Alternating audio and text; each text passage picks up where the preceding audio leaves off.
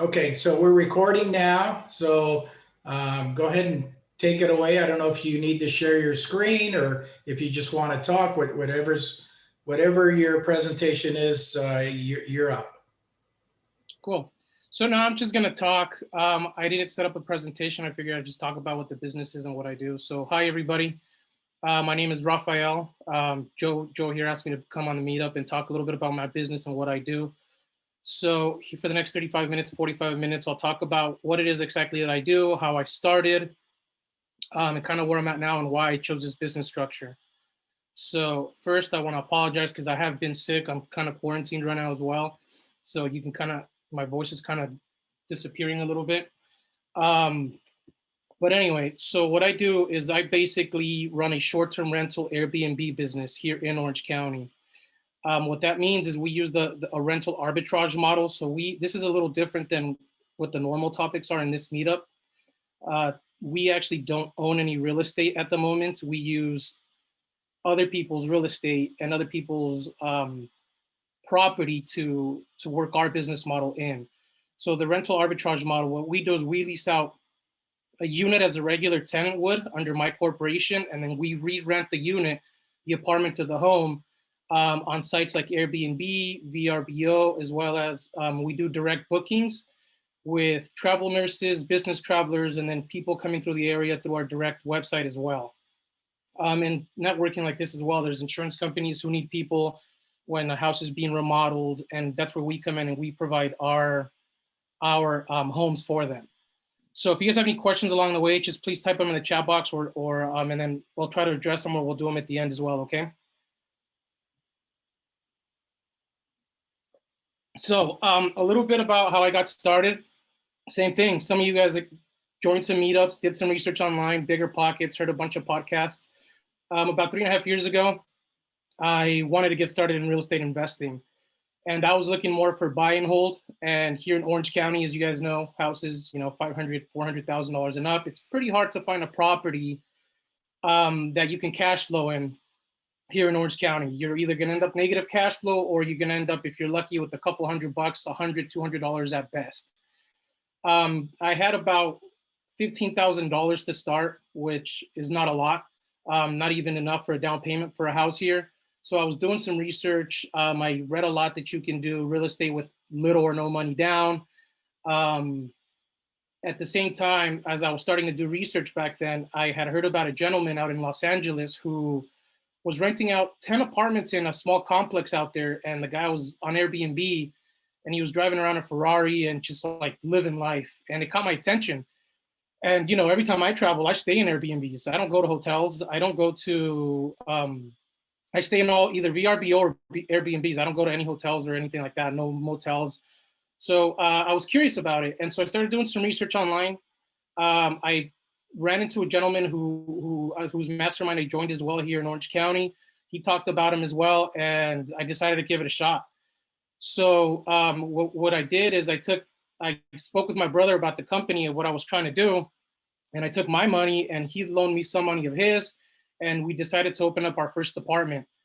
We went through the learning process of how do we do it, right? Because you can't just talk to someone and say, hey, I want to rent your apartment or your house, and I'm going to put it up on Airbnb or VRBO. It's just not going to work. Some people will be okay with it. Most people will always tell you no, and it's like anything else. You go through a lot of no's before you get one yes. As long as you know how to talk and what you're saying and how to explain that to people, eventually you'll get a yes. And so what I did is I decided to go the legitimate route and started an LLC. So I did this all through my company, so I wouldn't do this in my personal name, both for legal reasons as well as more of a professional standpoint. And I ended up getting our first apartment. And so the way I did that was we decided to go with apartment complexes over single family residencies at first. And we started making phone calls to a bunch of different apartment complexes asking, hey, me and my corporation, we're trying to host business travelers and travel nurses in the area. We had some contracts with local businesses with people who need a place to stay. And well, we want to be able to run short-term rentals here in your location. A lot of those. And finally, we came across one. My business partner made a lot of phone calls as well. And we came across one that said, yeah, we'll consider you. It's a corporate lease. Come on in, we'll talk. So we went in and we actually got lucky with this complex because at the time it was going under a complete and full rehab. And so they were about 60% occupancy. So kind of like you do with flipping and wholesaling, right? You're helping someone solve their problem. We came in and said, hey, you know, we'll lease out some units and we'll help you fill your vacancy as you rehab the rest of the units. And so we explained what we did. Same thing as I told you guys right now. You know, we're a corporation trying to lease corporate lease apartments, and we're going to host business travelers, mainly families for leisure in that area because of Disneyland, of course. And we'll manage everything ourselves. That way you or the management of the complex doesn't have to get involved at all. We put all our systems in place to where we can manage the people directly, and we'll go from there. And so they said, yeah. They allowed us to take our first apartment.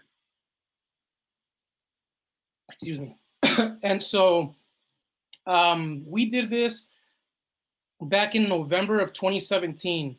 And, you know, I was ecstatic. Of course, somebody said yes to us after, I'm telling you guys, it was countless of no's. No, we're not going to let you host. You know, why would we do that?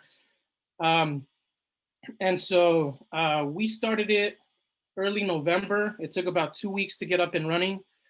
At first, me and my business partner started furnishing the apartment by ourselves. So a little bit of background with that, and to give you more of an explanation of exactly what we do. So we'll go to a complex and we'll lease the apartment. We furnish the apartment, and then we re-rent it at a premium. So we make a profit on top of it. So if we'll rent an apartment for $2,000, a 2-bedroom apartment, $2,000, for a monthly rate of $2,000. Then we go and then we re-rent that apartment for, instead of one person staying there for a year or 30 days, we'll bring in on average 6 people a month at a higher rate. So we take that $2,000 cost and we sometimes triple it, double or triple it in the month, right? So we can take a 2-bedroom and make a $6,000 income on it and about a $3,000, $4,000 profit on a good month. So the first month, going back to that first unit, I'm going to go into detail of how I started and how I grew, and then we'll go back into the specifics of how I actually acquire. And if you have questions along the way, we'll answer those as well. So that first unit back in November, the first 2 weeks, we started we started furnishing the apartment, putting in, you know, beds, couches, sleeper sofas, because, you know, we want to host as many people as possible. And we quickly realized that, you know, we can't really furnish our own place. You need somebody to actually help you with that, to be able to make it appealing for the target customer you're trying to attract to that location. Otherwise, it's not really going to sell. So we ended up hiring a professional interior designer who came in and finished up the apartment. And so she came in middle of November, about 2 weeks in. We went live, put up on Airbnb to get started. And at the end of November, we had cleared all our month's operating expenses. For that first apartment, we put in a total of about $25,000 into the apartment in terms of furnishing only, all furnishing, as well as the deposit and the first month's rent. And so the first 2 weeks of operations, we covered the first month's rent, and we covered about a $400 profit, and we covered all of the utilities. And that was in 2 weeks in November. So of course we were excited, right? We let it run just to see how it would go in December, and December was about $5,600. Keep in mind, this is our first unit, first month operating. We cleared about $5,600, which is great. It's almost double the amount of what the expenses were at that time. So that's how it started. After seeing how well it was going, we started to implement our systems to scale and grow and get bigger as we went along. Of course, expenses go up as you go. Fast forward to February, the complex saw how good we were doing, how well we were managing our guests coming and going. At that point, it was mainly people from Airbnb only. And so they liked what we were doing. We were paying them full rent, and they offered me another one. They said, hey, this one just got remodeled. Do you want another one? It's a 2-bedroom. I said, yeah, I jumped on it. This time, knowing a little bit from the first one, we cut a bit of expenses, right? We added a lot of things in the first unit that we didn't need to add in the second unit. And so we cut some expenses. We did our second one. I want to say close to 15,000 maybe. what we did is we took the profits from December, January, and then most of February, talking to some family members. They give us some money because they wanted to invest as well with us. And so I said, okay, and we opened the second one. The second one started in end of February, I believe it was. Fast forward a month, March, the complex, same thing, offered me another two. I opened another 2-bedroom and a 1-bedroom in that same complex. From there, we're basically dry on capital. It does require some cash to get started. It's not obviously no money down. You have to furnish the apartment, you have to pay for the deposit. And so we let the business run for about, I want to say 3 months, and we saved all that profit. At the same time, me and my partner at that time, my business partner at that time, we were also working other businesses and had our jobs as well. So we had other income coming in. Then fast forward a couple more months, the same complex came to me and said, hey, I have a few more units. At that point, we ended up taking working capital loans. So as we were growing, we started talking to different banks, seeing if we can get some loans.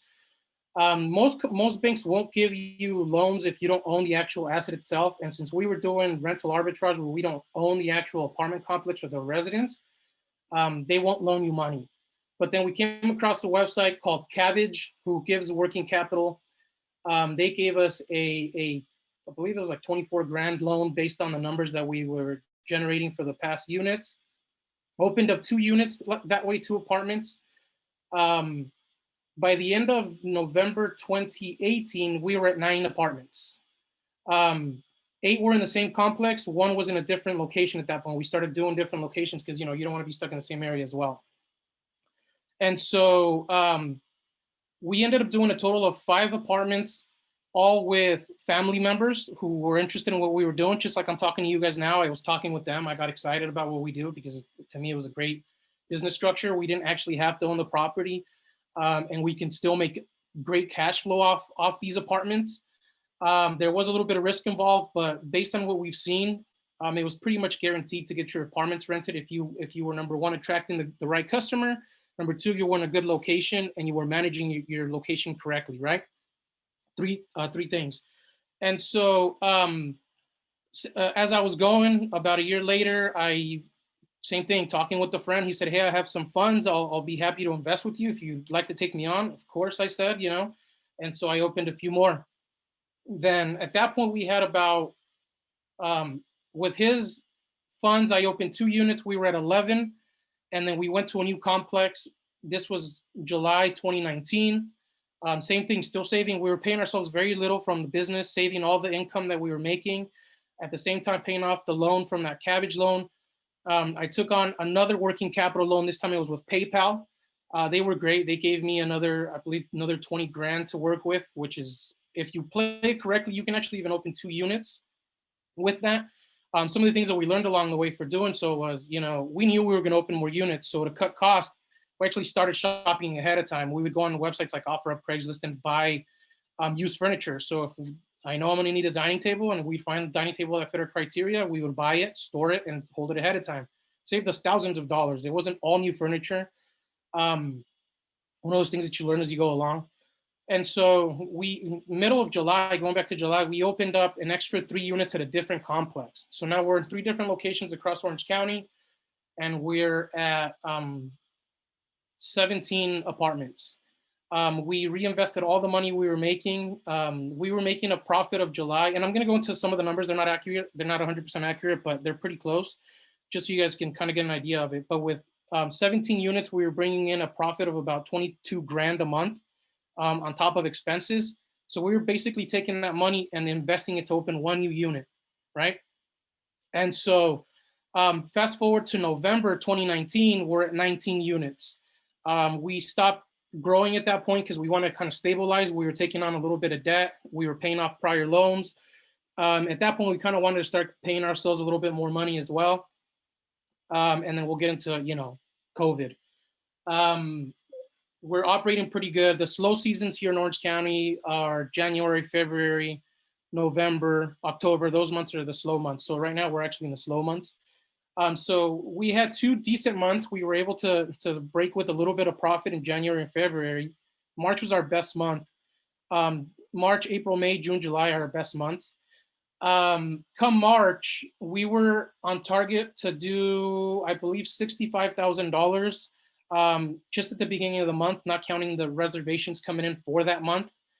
And COVID hits, and just everything went downhill, right?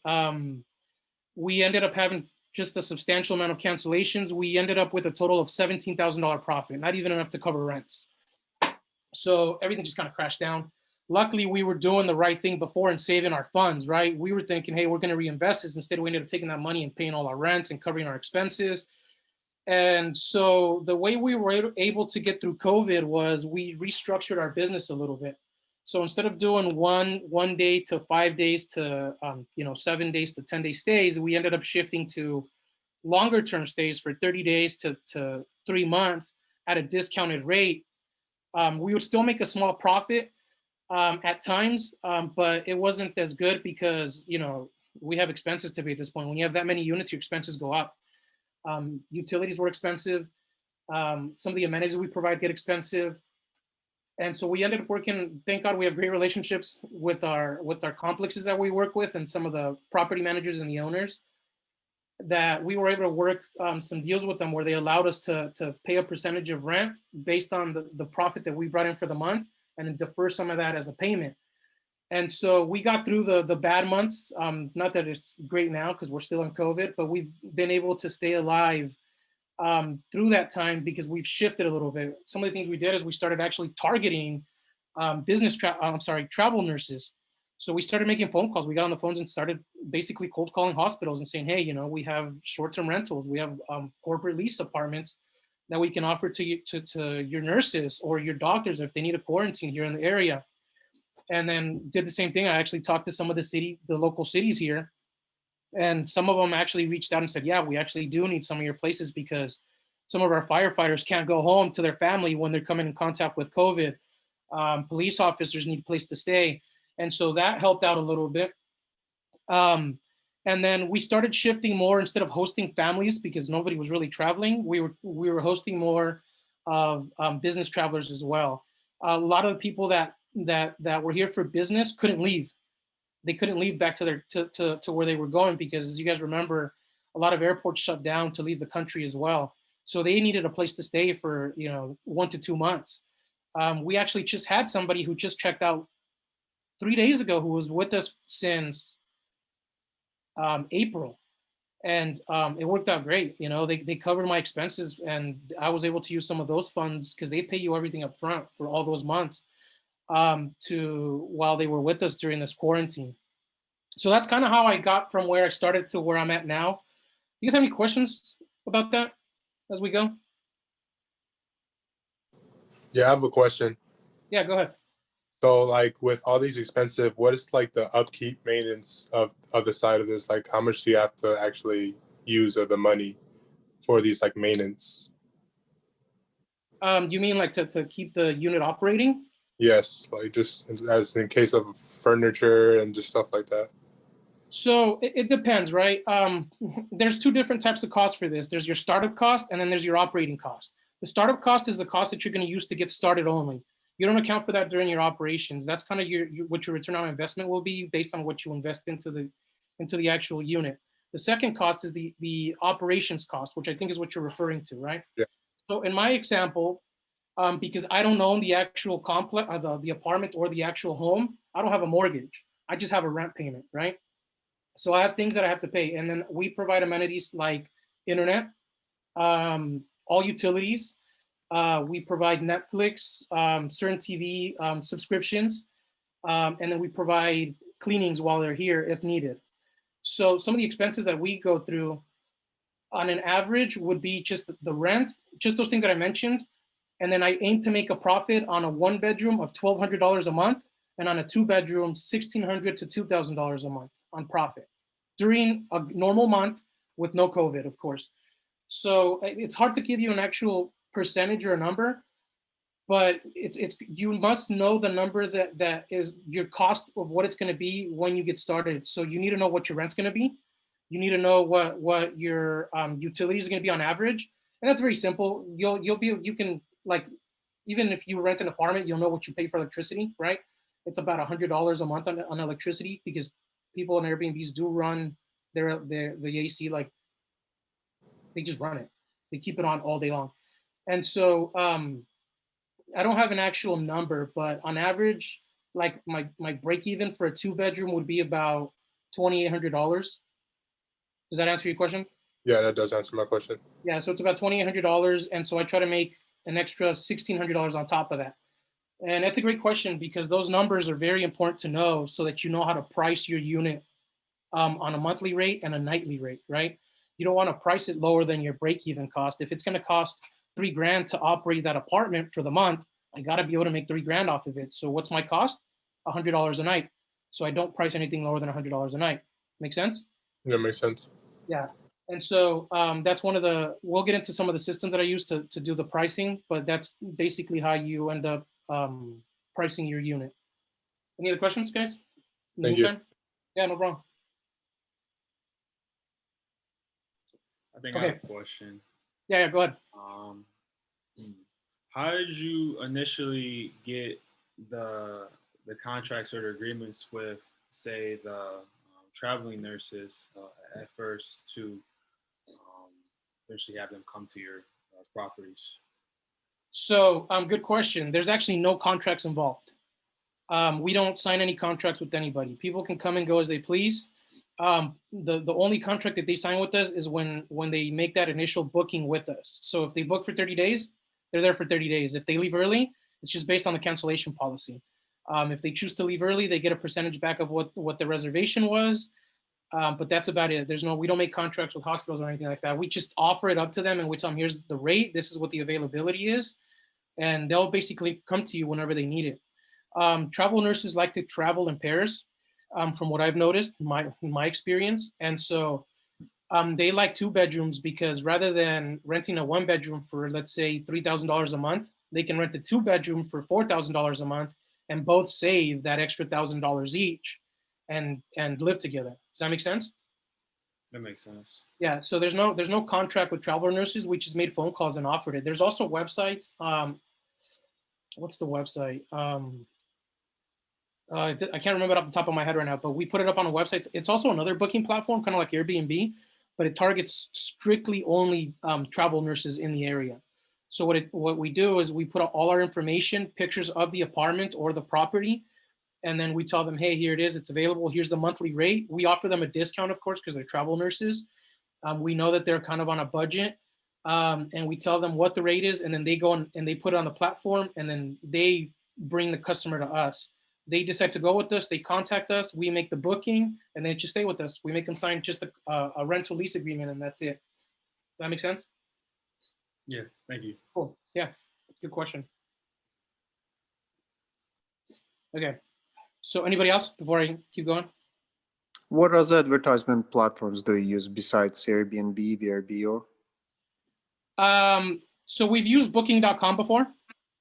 It used to be also HomeAway before it became VRBO only now. And they put you on, I think it's 32 different websites, Expedia, a bunch of other ones. And then we have our own direct website as well that we kind of market sometimes.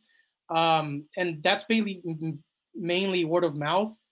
But those are the top 3 websites that we like to use only. We don't, I'm actually not even on booking.com anymore, because what I've noticed is it brings a lot of problem guests. But yeah, Airbnb, VRBO, booking.com, Expedia, that website for travel nurses. And I've been on another one. And it was also for travel nurse. There's 2 travel nurse websites, and I'll put it on the chat if I remember what it's called. But those are the only ones mainly that I use. Do you get a lot of bookings through your website? Just curious. Only return bookings. Yeah, we get a lot of return bookings. So I've gotten quite a bit of return bookings through our website. No new bookings, because again, we don't advertise our website. So I don't expect people to just find my website and say, hey, this guy hosts people. Mainly like this, I'll put my website, I'll give my website to insurance companies, and that's how I have gotten bookings from insurance companies that way. But I get a lot of return bookings because every time someone stays with me, I tell them, hey, next time you come back, book with me, you'll save yourself the booking fee from the platform, like, yeah, Furnish Finders, that's it. And so what I'll tell them is book with us and come back and stay with us at a discounted because you don't have to pay the service fee from Airbnb or VRBO or booking.com. And of course they stay with us. Business travelers like to stay in the spot where they've been treated well, they've been happy and they felt comfortable. And we get a lot of return bookings that way. And one more question, do you have to do aggressive advertising, partnering up, for example, with local businesses, wedding places, so you can provide the venue for guests to stay? You mentioned hospitals, what else? Yeah. So you don't have to, but again, if you put in the work, you'll get the return on it, right? If you start making phone calls, people are going to be interested in those, and if you have what that customer needs, they'll book with you, right? If you have a 7-bedroom home with a gigantic patio and an amazing pool, and someone can host their wedding party there, then that's obviously somebody you got to target. You know what I mean? And you make those phone calls to those wedding venues and tell them, hey, this is what I have, and even offer them a discount or say, hey, people that stay with me, we work out deals. If they stay with me, I refer them to your wedding venue or your bridal shop or whatever it is. Yeah, there's you as aggressive as you want to be. I've never really needed to because I'm in a great area, Orange County, right? I just made sure that my units were made to target that customer, which is the family leisure traveler, right? It's families with kids who are coming to Disneyland. I provided things like a stroller. They don't have to rent a stroller at Disneyland. I saved them some money. A pack and play, right? They can take the pack and play, and when their baby gets tired, they pop it open and the baby takes a nap, or they hang out while they're having lunch, things like that. What So, cities? Sorry, what cities are you in? Yeah. I'm in Fullerton, Costa Mesa, Santa Ana, and Irvine. And so we've moved around a lot because some cities have restrictions now, but that's a whole different topic in itself. Oh, I see some questions in the chat. Give me 1 second, guys. Sorry, I got the sniffles now. So yeah, somebody had said Furnished Finders. Furnished Finders is a website that I use as well for marketing. Depreciation on furniture. So we don't factor depreciation in on furniture at all. It's just a startup expense for us. The way I look at it is if a couch breaks and I can't get a handyman to fix it, I just replace it for a new one. There's no depreciation on it for me at all. How does the insurance work? Are renters covered under landlords, or is that a business expense for you? So it is a business expense. I do have insurance for all our units, something you do want to have. I use a company that deals specifically with short-term rentals. Let me get you guys the name. 1 second here. And so it's called Proper Insurance. They've gone a little pricey over the last couple months, but they're pretty good. They cover most of the things that you need. Like I know another operator who had an instance with bed bugs and lost a lot of money on a couple of reservations, and it was quite expensive to get rid of it. And they covered not only the cost of the reservation plus the cost to get rid of the issue. So yeah, insurance is an expense for us. They also cover damage to the location, but they cover it for the owner. So we don't get covered. Like, let's say a guest comes in and just trashes the house. Like, I mean, holes on the wall, burns the house down or whatever. They'll cover the house and the owner gets paid. So it's actually a selling point that I provide. It's how I got the last 2 single family residencies. We just simply explained to them that we provide the insurance and it covers their house, and they loved it. Some of the examples of problem guests you mentioned tend to come from booking.com. That's funny. So yeah, okay. When I talk about problem guests, guys, as you guys know, Airbnb has a really negative aspect in the community towards houses and people partying and people causing problems and hours of all hours of the night, raging and throwing parties. That's what I mean by problem guests. Some of the things that when you get a booking.com reservation, you got to treat it like a direct booking. Airbnb protects the host to an extent, right? When something happens, Airbnb comes in and they're the mediator. They'll listen to both sides of the story. they'll cover you from one side, and depending on how the story went, you'll either get covered or you don't, but they're the mediating party who will protect you to an extent as a host.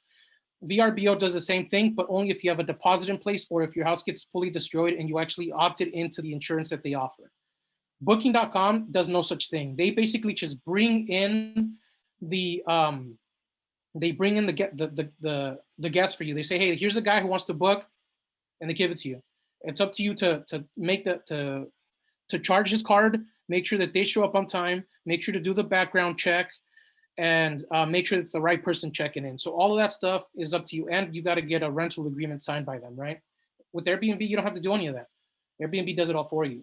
So problem guests are people who do last minute bookings, who come in to do things they shouldn't be doing in your unit, right? We have people doing drugs in our apartments.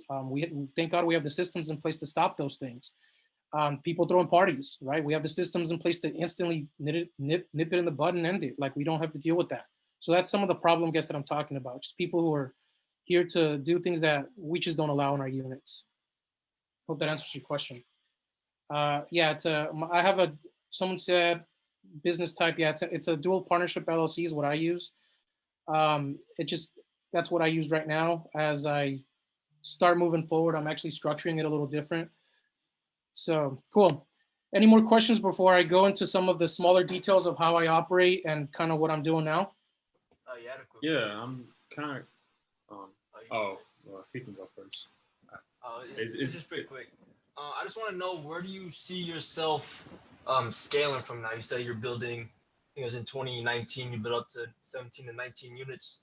Do you see yourself getting to a point where you have enough capital to take on bigger units or like whole complexes, or are you just going to stick to the model of just single units? So it's cool. It's funny you said that. So that's one of the things I was going to get into is the goal of the business, right? One of the things that I want to do is, and the reason why, I guess I'll just get into it now to answer your question. And this is part of what I was going to talk about anyway, why I decided to get into this business and this structure. It was, I want to have enough units, and the goal is a 5-year plan to have 100 units, whether they're in the same complex or whether in 100 different complexes. To me, it doesn't matter, but I want to have 100 units. 100 units cash flowing me enough to be able to buy one property in Orange County every month. That's it. So imagine having 100 units that I can bring in and say, hey, I cash flowed 120 grand.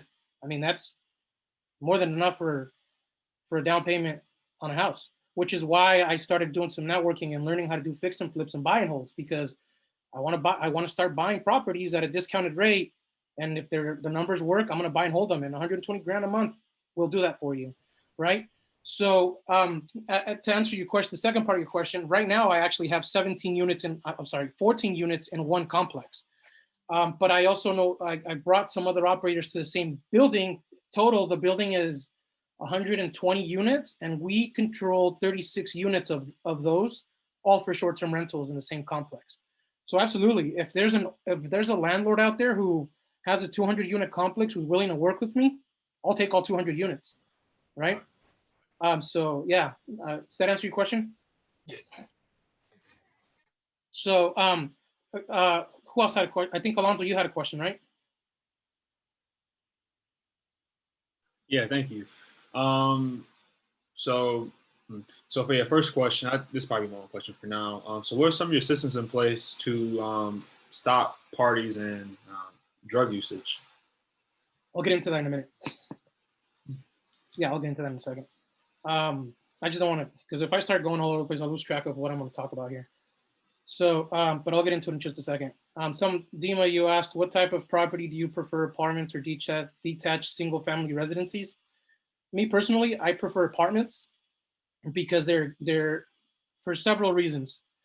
Number one, you're able to operate in apartment complexes due to the zoning laws of that city, as opposed to single family residencies.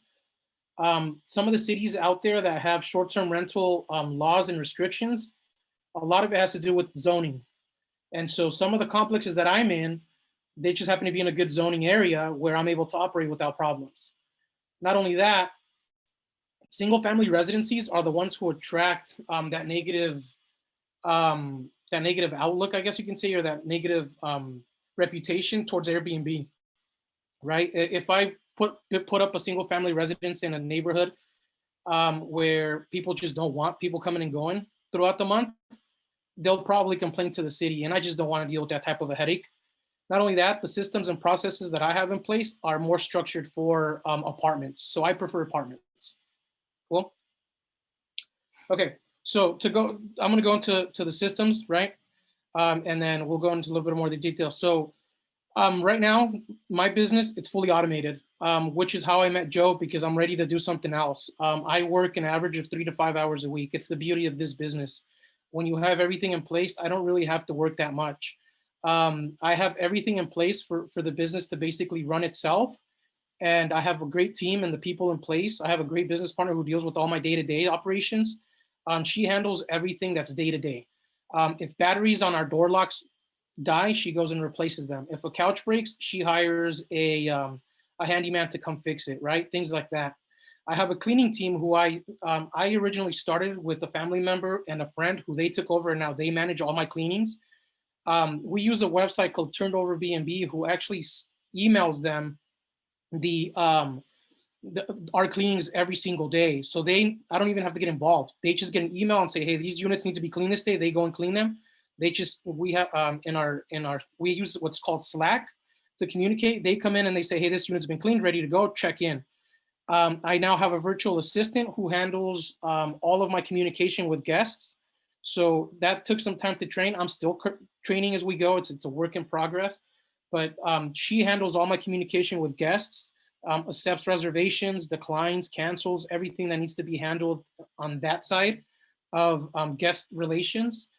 And then the only thing I actually manage right now is when there's troubled guests, I manage my pricing and I make sure that my units get booked, right?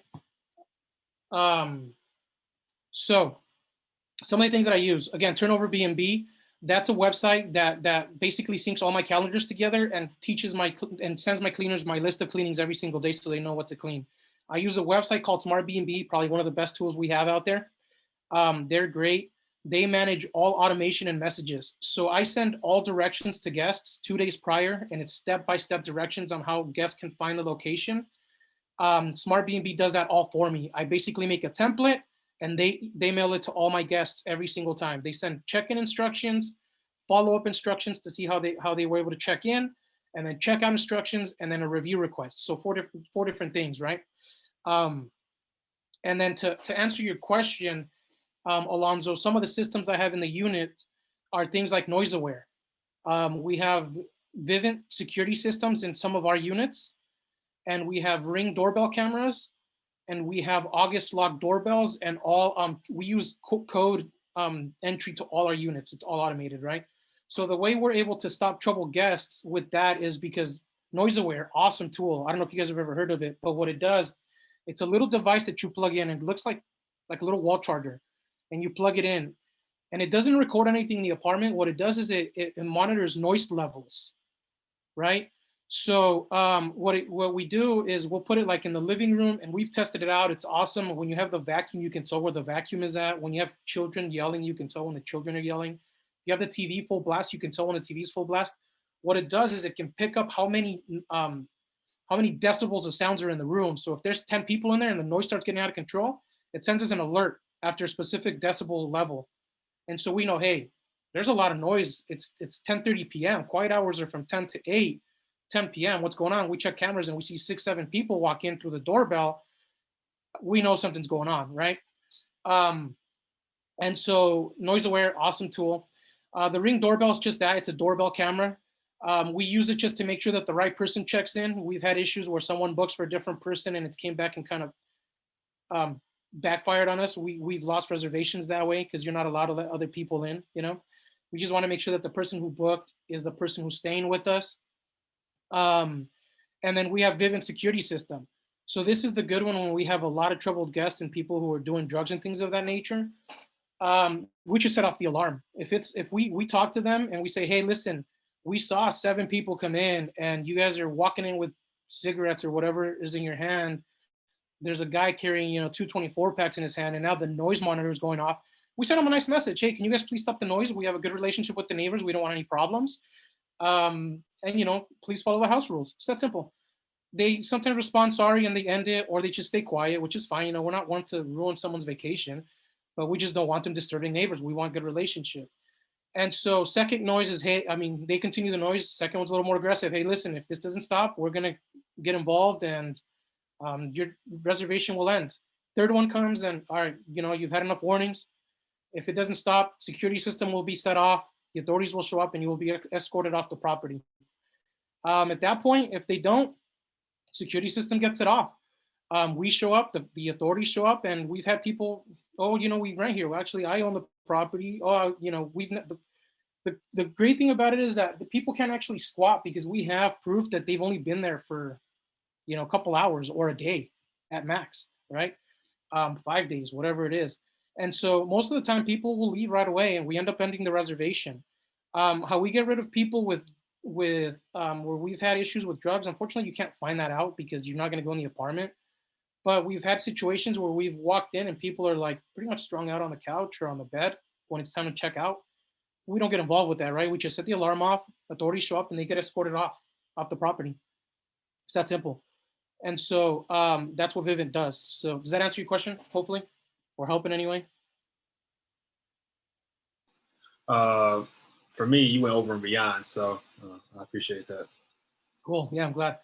And so that's basically some of the biggest things that I did, right? And so kind of where I'm at now, I have 19 units. We had 21 at one point. We had to close 2 down because of COVID. Same thing. We just decided it was better to close them off, and we put all our furniture in storage. But one of the good things is we've actually found some opportunities to help grow the business during this hard time, right? A lot of other operators who didn't have the capital saved to continue have sold off a lot of their furniture. I've bought 3-bedroom house worth of furniture at an extreme discount for, I'll say $2,000, something that would normally cost me 15 grand, right? I can furnish an apartment now. With that, I can take and furnish 2 different 1-bedroom apartments with just that furniture alone. And so it's cut my cost significantly for the future. So when it's time to scale and grow and add more units, that's what I'm doing. Right now, other than that, I'm no longer growing. I just opened my last 2 units 2 weeks ago. It's kind of what took up my time the last 3 weeks, opening up those 2 units because I got a contract with another complex. Which going into, it's funny, when you get started, just word of mouth and how well you operate in a complex. And that first building that I was telling you guys about, they've been through 3 different property managers. And the first property manager, when they got let go, the manager loved us. We had a great working relationship, and she went to a different complex. And it was the assistant manager and the actual manager, and they went their separate ways. And it's funny, no more than, I want to say a month later, I get a phone call from both of them offering me units at their location because they have vacancy, And so when people see how well you operate and you make relationships just like this, networking and talking, people will offer them up to you. It's really hard to get your first one, and it's really hard to get your first one at a new location. But once you get going, you'll get them offered. I get them handed to me all the time. Even now, I have people messaging me, hey, I have a house in Los Angeles. I've been to meetups like this where I was even talking. I just was networking at the end of the meetup, and I started talking with people. And it happens that the guy owns 5 houses out in LA, and he's offered me, I got offered 2 1-bedroom houses in Long Beach. I passed on them. I've gotten offered a small complex in Koreatown. I took I took a unit there. I closed it down because it was the complex was poorly managed. And so it was just hurting our business more than it was helping, but all through networking. And so people will offer them up to you just by word of mouth like this. And so what I'm trying to do now is currently stabilize, because COVID has affected us drastically. It has hurt our income, so we're not making as much as we thought we would.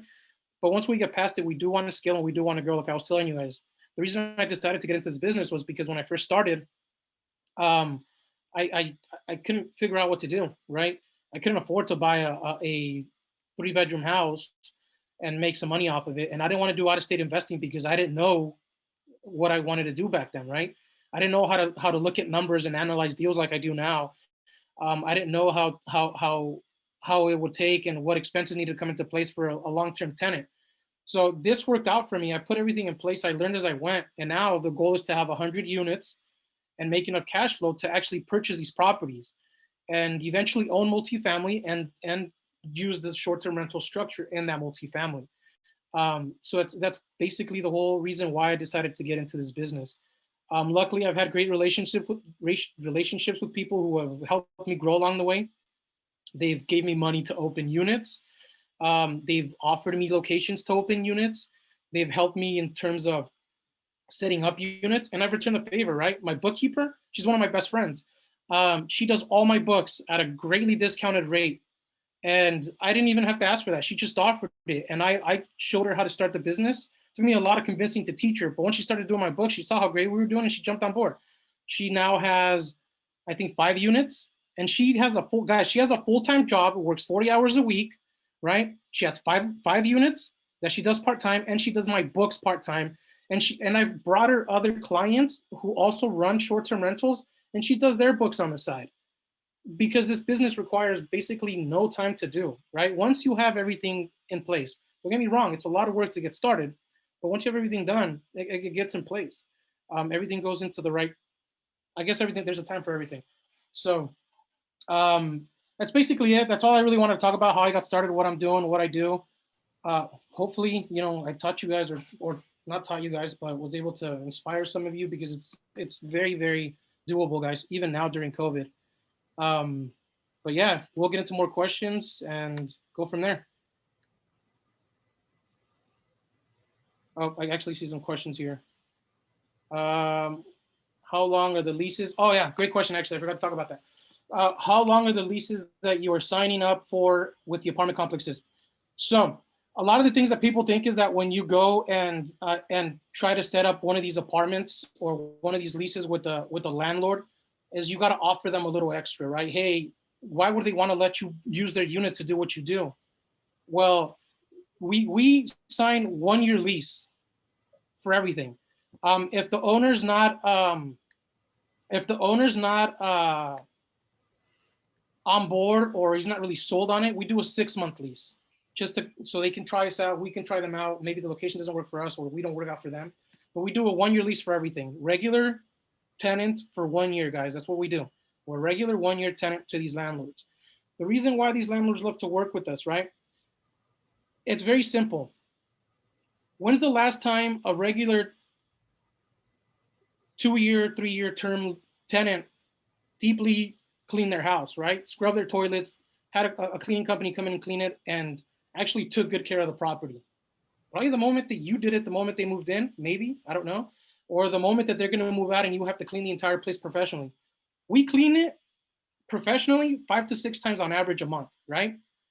If a tenant breaks, I don't know, a hole in the wall here, we patch it up. We don't call them, hey, there's a hole. We patch it up. It's simple. We get handyman come in and does the work. We repaint the walls when kids come in and scribble all over the walls. Their place looks better than when they handed it to me 5 years down the line, right? My first unit now that I told you guys that did great, still one of my best performers. And it looks better than when I got it. Some of the things are a little run down, like the rug. Actually, it's funny. I'm actually going to get rid of one of the rugs now because it's just been trampled on forever and we washed it numerous times. But in order for me to sell that apartment, I have to keep that apartment at top-notch value, right? People aren't going to stay in a rundown place. So when I explain this to landlords, they're on board. I'm going to take great care of your place. I'm going to take care of the little issues. If a window breaks, I'm not going to call you. If the only time I'll call you is like, let's say the pipes are backed up and like it's going to be like a $2,000 fix, I'm going to call you. But if I got to call a plumber out to fix piping issues, I'm not going to bother the landlord. I'm going to deal with it because I got to deal with it instantly, right? I can't have a guest without a toilet for 3 days. It's not going to work. And so landlords love that. They love the fact that we take great care of the apartment, and they have guaranteed rent for their unit. That's what they're in business for, right? They're not renting out the unit to make rent plus rent profit. They're renting out the unit to make their rent on their mortgage of their property, which is what we're already providing for them. Does that make sense?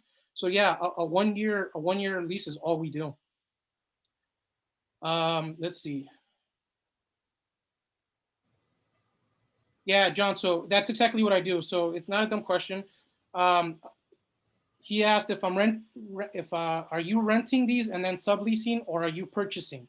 So rental arbitrage, you can totally do this if you own the property, guys. Again, the only reason why I don't do it is because back then I didn't have the funds to purchase the properties. The goal is to build the funds to purchase properties doing this structure. And so, yeah, I rent and I sublease. Not technically sublease in contract language. I do have some contracts that allow me to use subletting, but we're just reassigning because I'm not actually signing new leases to all my people. I'm just assigning them the apartment for a short term. I'm not making them sign a lease that says, hey, you're going to be with me for 5 days. There's no need. I have the lease in my name. I'm taking full responsibility of the unit. They're just staying with me for 5 days at a premium. That's it. So yeah, good question. Called B&B Formula. I never heard of it. The channel Airbnb Automated on YouTube is a whole channel dedicated to this. Oh, cool. Yeah, I might do some. I've been thinking about doing some YouTube videos on this. How do you find a landlord willing to do this? Do you cold call Craigslist for rent? So I think I kind of answered that, but yeah, you just cold call apartment complexes, talking, networking, guys, networking. I mean, like this, if there's a landlord out here who's interested in me renting their place, I can take a look at it, and if it works out, I'd be happy to do so. I'll be happy to rent it. It's just people who are in need of renting their place, right? But yeah, cold calling apartment complexes and going out. Don't do it over the phone. Make sure you talk to them and go out and meet them in person. It's very hard to do it over the phone. Am I looking for investors? Always looking for investors. So we can talk if you'd like later. I think that's all the questions. Anybody else out there?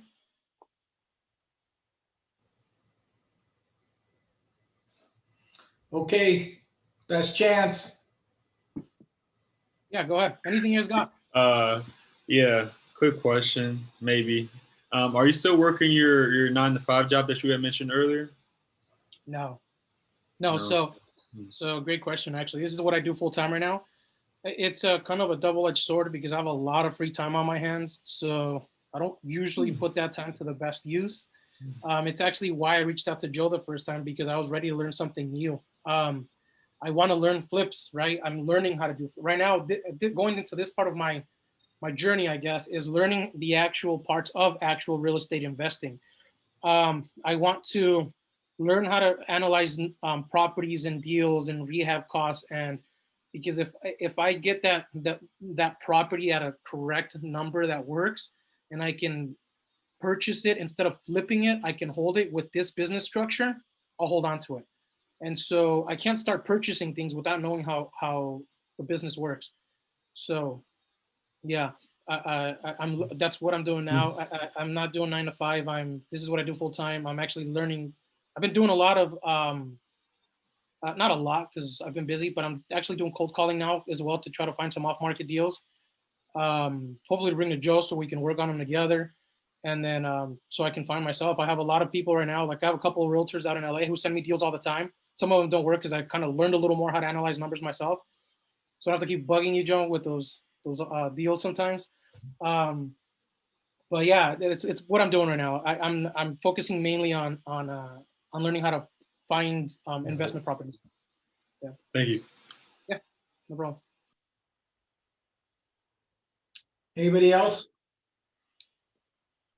I think my contact email, guys, email me at yeah, I'll just put it on the chat.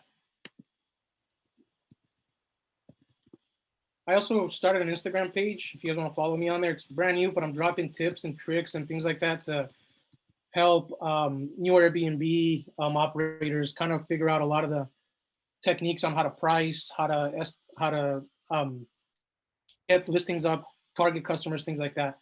So nightandrain@gmail.com is my email address. Just go ahead and shoot me an email through that, and I always respond. It takes me a while because I don't check my emails often, but I do respond. Okay, thank you, Rafa. I appreciate you talking this month and giving us all this great information. And like I like to say, you know, there's so many things you can do in real estate. You know, it's just not one thing. And here you are starting out with, you know, I would say very close to no money down.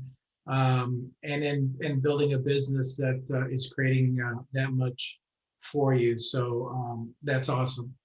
I do want to say a couple more things, and then I'm just going to open it up for chat for anybody that wants to talk about anything that they want to talk about real estate related.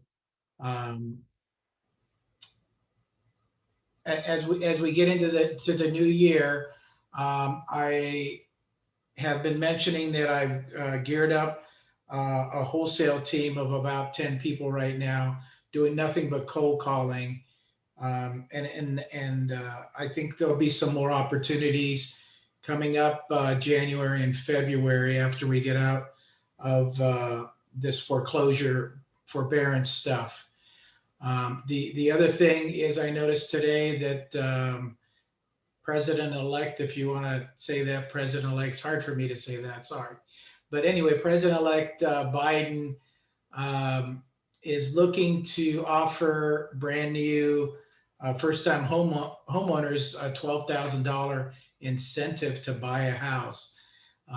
This is not the first time this has happened. In fact, Obama did it when he was president and Biden was vice president.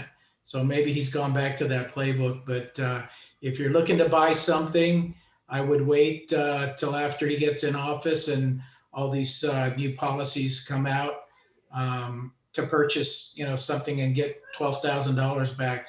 I have 3 kids. They were all of age and graduated college right as all this was happening in 2008.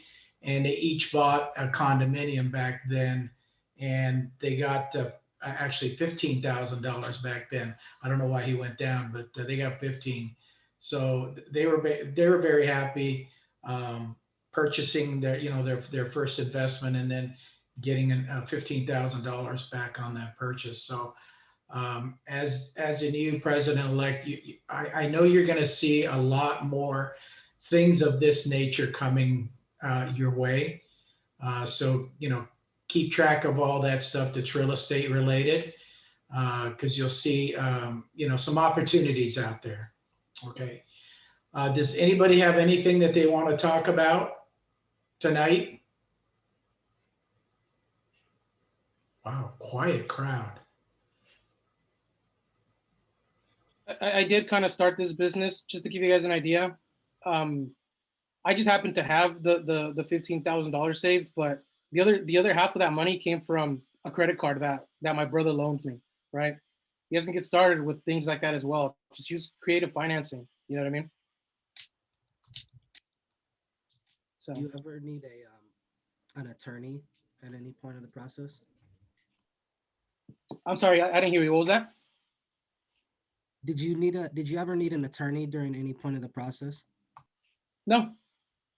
Luckily, I haven't. So things, I would imagine you would need an attorney for things like if there's a lawsuit involved, if there's someone who's coming after you or things of that nature. But in running kind of a short-term rental business, it's not really necessary because I don't need them for contracts.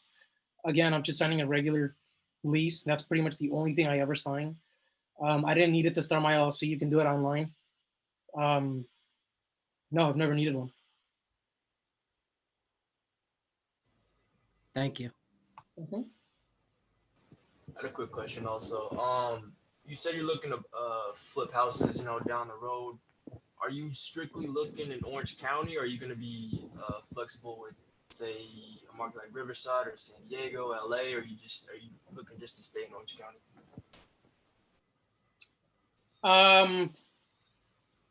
It'll be anywhere that I'm local to. So right now I'm quarantining in Riverside at my parents' house, and I've been looking at the market out here. So, when I just actually moved out of Anaheim, I was looking at Anaheim. It's just so hard to find properties in Orange County area. The realtors that I know that I've made relationships with are sending me deals out from LA. So I'll look at those as well. But I'll look anywhere. I'm going to be focusing my attention mainly in the next couple weeks, probably here in Riverside. So, yeah. I'm looking for a very specific model myself. Like as you guys hear all over bigger pockets, right? The BRRRR structure. I want to do the BRRRR model. I'm looking for properties that I can clear that 70% mark. You know what I mean? So I can fix, rehab, flip, and keep myself rather than having to flip and sell, because I want to hold them as long-term rentals for short-term rentals if I can. So. You actually jogged my memory. So I'm interested in getting into this Airbnb strategy probably once the COVID wanes, because I'm a little wary to jump into a lease right now with the potential of a shutdown. But I was curious. You had mentioned some margins regarding Airbnbs in the Los Angeles market, and I was curious if you had any more or data or knowledge on that, because I am interested in getting into that market. Say that again. Data and knowledge on what? On the laws? Oh, no, on the margins of Airbnb, like profits, take home at the end of the day, less expenses. So I don't actually have any data. You can do all the research in the world that you want. There's websites out there that will give you data on what your profit will be or what their estimated profit is, but there's really no way in telling, you know, and I'll tell you why. Like AirDNA is a really good website that tells you what your predicted income will be. Let's say if you search on city of Anaheim or the city of Los Angeles or whatever city you're looking for. The thing is that they pull all the data from all the short-term rental websites, the biggest one being Airbnb, right? VRBO, Booking.com. The problem with that is that they can't distinguish the properties that they're pulling data from. So if in this location here is a 2-bedroom house that's renting for $6,000 a month, and right next door is a 2-bedroom house, but they're only renting the bedroom in that 2-bedroom house at $1,200 a month, it's going to average it out and say, well, 2-bedroom house only make an average of $3,000 a month. Does that make sense? So there's absolutely really no way of, it'll give you an idea. Don't get me wrong. That's a great place to start. It'll give you an idea, but you won't know until you really get started in your area. Yeah. See, I just didn't know if you had did any work over there, as in looking to potentially secure a property for your strategy of arbitrage. I did actually. When I first learned about this from hearing of that guy and how good he was doing, I did a ton of research. I was still not even sold on the idea because I was still kind of sold on bigger pockets and BRRRR and flip and no money down and wholesale and all that. So, but I did do a lot of research. I went on that website, AirDNA. I pulled numbers in specific cities like Fullerton, Anaheim. I did Koreatown, mainly those cities, but I looked mainly for attractions. You can do this business anywhere as long as 2 things. There's an airport and a hotel nearby. That's it. There doesn't have to be a major attraction. I just happened to be in the area where Disneyland's at. So I took advantage of that. I took advantage of it. So I did my research. Yeah, I know that there's travelers. I live 3 miles from Disneyland, and within that area, there's, I want to say 50 hotels. I wasn't even allowed to operate in Anaheim. So what I did is I went to the next best place, Fullerton, up the street, right? And so then I made sure, one of the things, I'll tell you one thing, you're better off knowing, rather than looking at profit margins or numbers before you get started, you're better off trying to figure out who's the customer that you're going to try to attract to your listing, right? You don't want to start trying to attract everybody, because then nobody's going to come. You know what I mean? If you have a game room with a pool table and a ping pong table and a cake and a little kegerator, you're not going to bring older couples or families. You're going to bring a bunch of people trying to party, right? Same goes for my 1-bedrooms. I don't attract 8 people to my 1-bedroom because there's going to be no family of 8 traveling to a 1-bedroom. So instead, I put in some things like a king bed where people want their space to sleep, right? I put in a clothes steamer. I put in all the amenities, right? I put in baby baths. I put in baby soaps and shampoos, because you do have a couple sometimes who wants to travel to the 1-bedrooms, or business travelers who need a place to work. I put in work desks, and we put in whiteboards, things of that nature, that when people come to my place and they go, oh, I can work at that place and I can enjoy myself, right? And they have everything I need. I know I don't have to go anywhere. I provide coffee, right? I provide 100 megabytes internet. Who doesn't want to be there? You don't have to leave ever. So you're better off knowing the customer that you want to attract to your location than kind of worrying about, I wonder how it's going to do. Because I guarantee you, man, once you start, like my first one, I had no idea. I just said, I'm going to try it. And so I did a 2-bedroom, and I said, I'm going to try to bring in families for Disneyland. And so I did too much to it. That's how I learned as I went. We had a machine where it dry cleans your clothes. It's never been touched in the 2.5 years we've been operating. Never been touched. It's sitting there collecting dust now. Actually, I have my cleaners wipe it every couple of days, every time they clean, because nobody touches it. But what I do now is I provide pack and plays, baby showers, baby soaps, shampoos, a baby bath. I provide a stroller. I provide a high chair. I provide Keurigs. I provide Netflix and HBO, right? Disney Plus, because that's what families are doing. They're going to want to relax and watch a movie with their kids. They're going to want to put a pack and play for their babies. They want the stroller so they don't have to rent one. You get what I'm saying?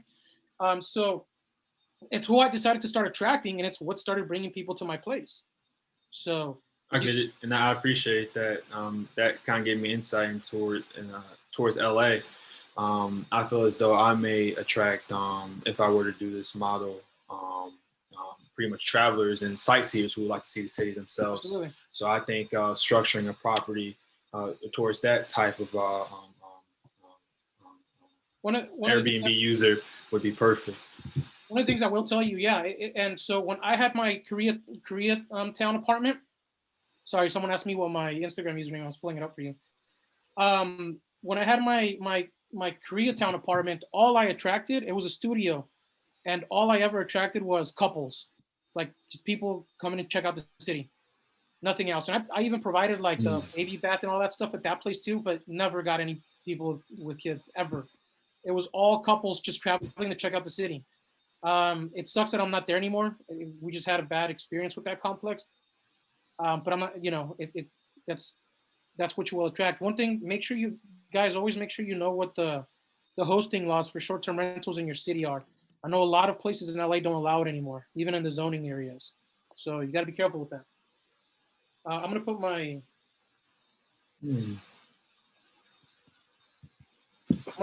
Instagram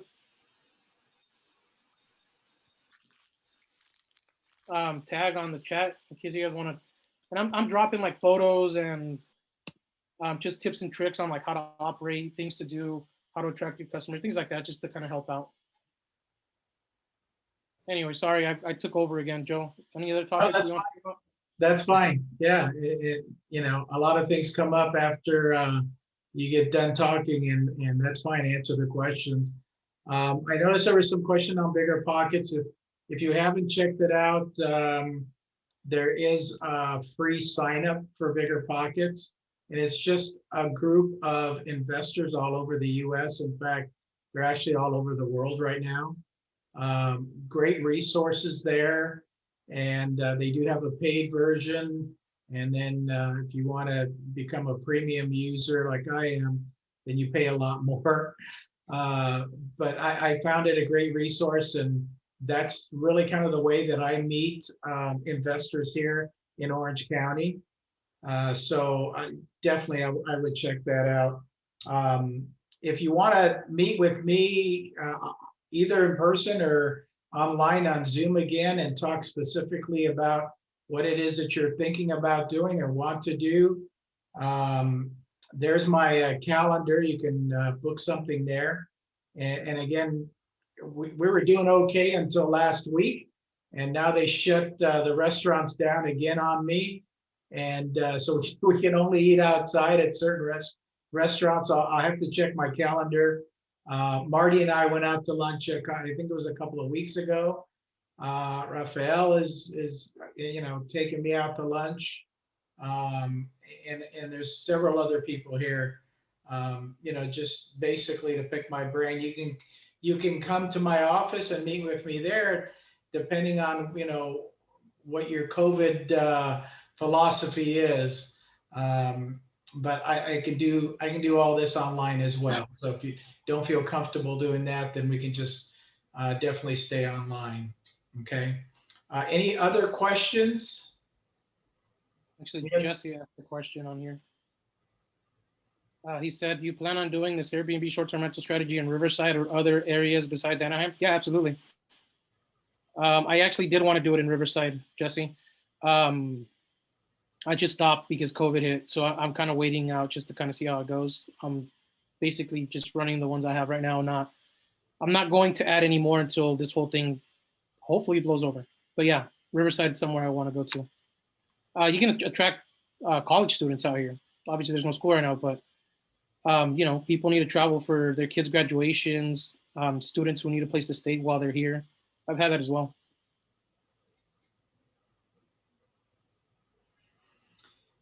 Anything else? No, I don't see any hands raised or comments. I want to thank you for showing up this month. I normally don't have a December meeting, but I'm trying to get my eviction attorney to do a presentation because I think that'll be very timely. So if I can get him booked, then I'll have something around the last week of December.